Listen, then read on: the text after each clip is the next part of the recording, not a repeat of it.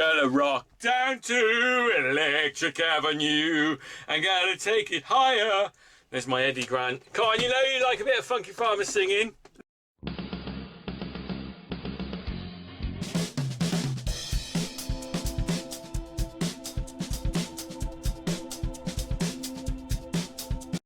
Okay, I've got the mower on. We are on our second cut. So our second cut, you've seen our silage clamp, let me just put that in there. You've seen our silage clamp being filled, that was our first cut. Second cut for us is always round bale silage. We don't put it in a clamp, we just round bale silage for use around the heifers and stuff in the winter. Now, this is a good one because we are mowing what the field we call Collier's Lease. Now that was a field we sowed new grass last autumn, and look at it. Okay, lovely clean crop of grass, few weeds still coming up. There's a thistle there, creeping thistle, dandelion, no sign of the couch grass. So it's interesting, there was a lot of couch that came up earlier in the year. That's been sort of grazed out, but it's amazing how the weeds come back. Bearing in mind this is sprayed off. Look, we've got docks here, we've got buttercups, you know, thistles, so bit of clover. So it's incredible how you know, nature keeps coming back, it won't give up. So anyway, we're mowing this now. The interesting thing is I have never mown this field in my entire life. So I can never remember it being mown ever either. So this is the first time it's ever been mown. And there's a reason for that. Partly because of the new lay, it's so vigorous, it's really got going. But also we've had a really weird year this year. The grass was late coming, it was dry in April. Chucked it down in May. Have I got that the right way round? One way round anyway, I'm not sure which way round. It was dry, wet, or wet, dry, I can't remember now. It's surprising how quickly you forget what happened, isn't it? Our cows went out late. I think it was dry in April, wasn't it? Cows went out late, so they grazed this. Actually, this is the first field they grazed. So this is straight on after grazing. We left it to grow, and it's grown on so quick. Ideal grass growing conditions. Grown on so quick that it's gone past the best for grazing. Look. So the grass is going to head. That would be a bit stalky for milking cows, and they would basically what they would do is they'd flatten this. They'd waste so much. You can see the field below. The grass got ahead of them there, down there as well. That's what we call third ground. And it was too stalky for them, and they wasted quite a lot. And I don't want to risk them grazing this now and wasting this. So we're going to mow this. Got the mower on. So interesting really to mow this. But I think part of the reason it's done so well is the vigour of the new lay. You can't deny that. It grows like mad once you get a new lay in, so it's really good. Right, I'm going to get on. We'll see how we go with this. I'm expecting not a massive heavy load of bales because we've already grazed it once and this hasn't grown back that quick. I mean, sorry, it hasn't had that much time to grow back, so although it's gone to head, it's not going to be that as dense as a first cut. Does that make sense? I do waffle away, don't I? Right, got the mower on. Going to drop that down, get mowing, crack on.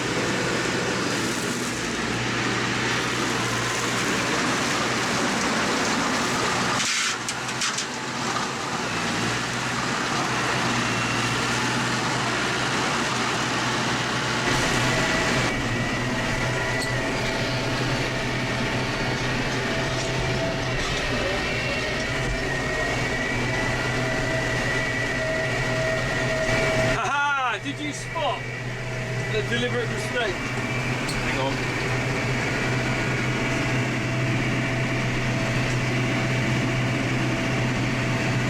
I'm just getting my mower level there.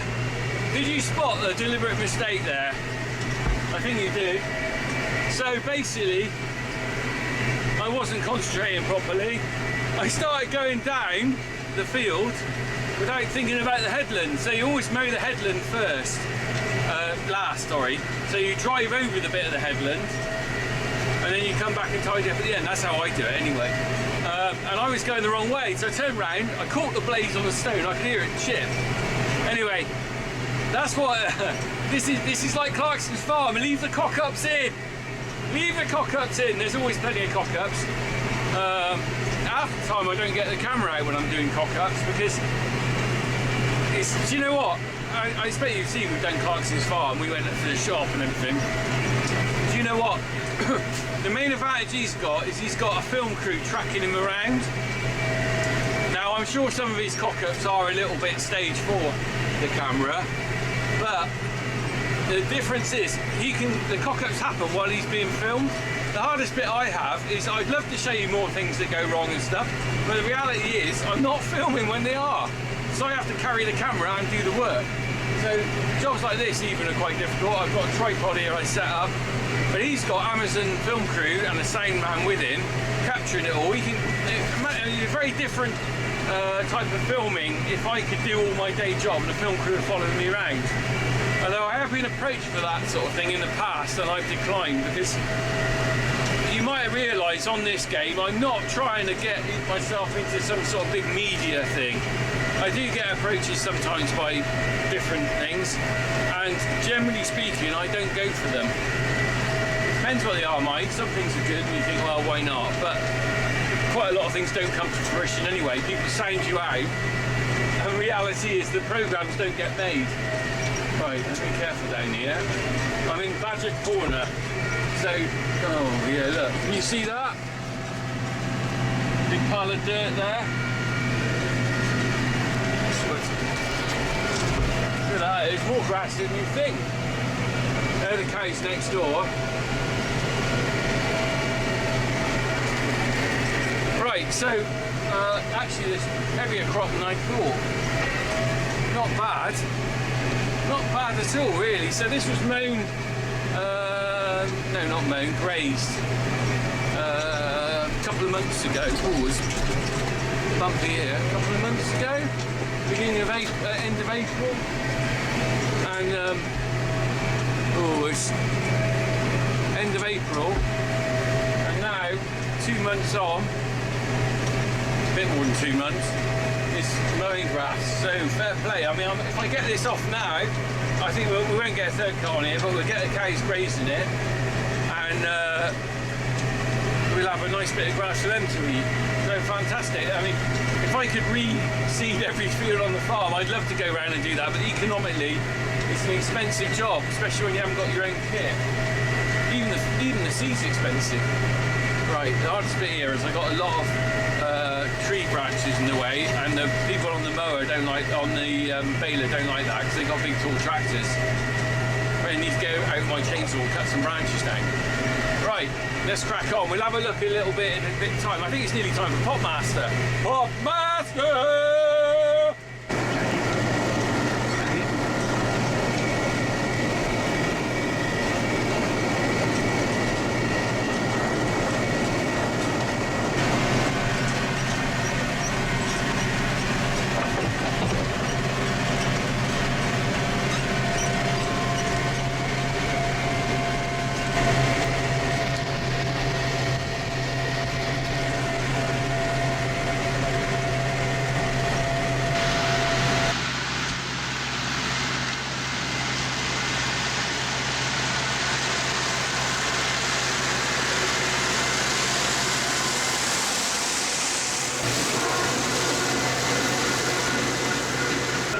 Oh, I just and all my friends and neighbours who have given me such support over the last couple of years.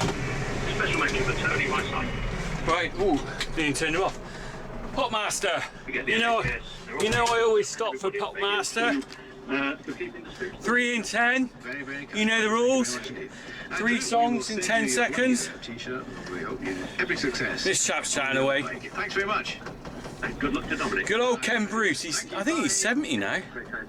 Right, what are we going to get? Michael over Derbyshire. So, Dominic, are you ready for 3 in 10? 3 in 10. Come on, people. Can you do it? Okay, 10 seconds. We give you 3 answers. You give us 3 in Digital 10. Radio. Today, please, the titles of 3 UK single chart hits for 3 in 10. Eddie Grant. Electric Avenue. I don't want to dance. Yes. God. Give me hope, Joanne. Oh. I know all those songs, but it's Just like that. fair play. Do you know what? It's a lot harder than you think. I'd be useless on this, wouldn't I? I should have known those. I got one, Electric Avenue. Gonna rock down to Electric Avenue and gonna take it higher. There's my Eddie Grant. Come on, you know you like a bit of Funky Farmer singing. Just to makes you realise how good pop stars are compared with me. Right, I'm cracking on. Let's crack on. We'll have a look in a bit. Cheers. Rock down to Electric Avenue.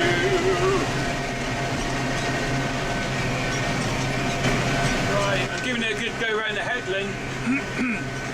Probably go round about a dozen times so that it's got enough room to manoeuvre with the baler.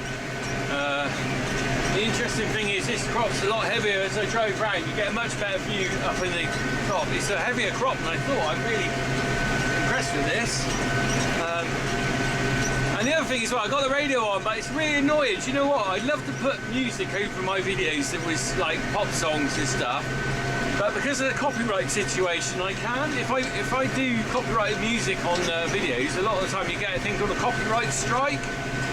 So you get 3 of those, and then you get your channel banned or suspended. So I'm singing along on the radio, and I'm going, "Don't stop me now, because I'm having a good time, having a good time. I'm a supersonic rocket," something like that.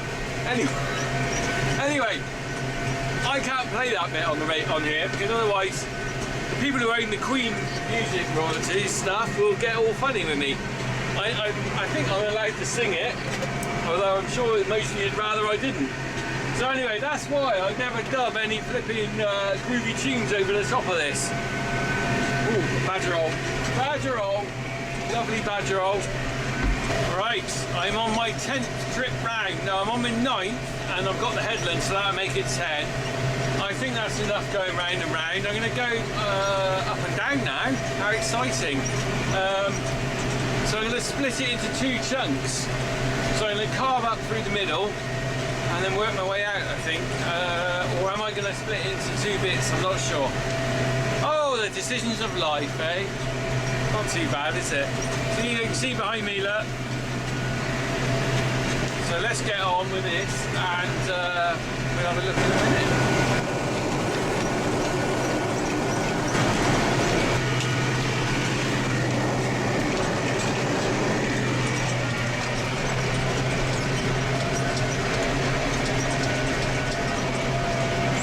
Where should I choose to split? I don't want to judge halfway, I think about here.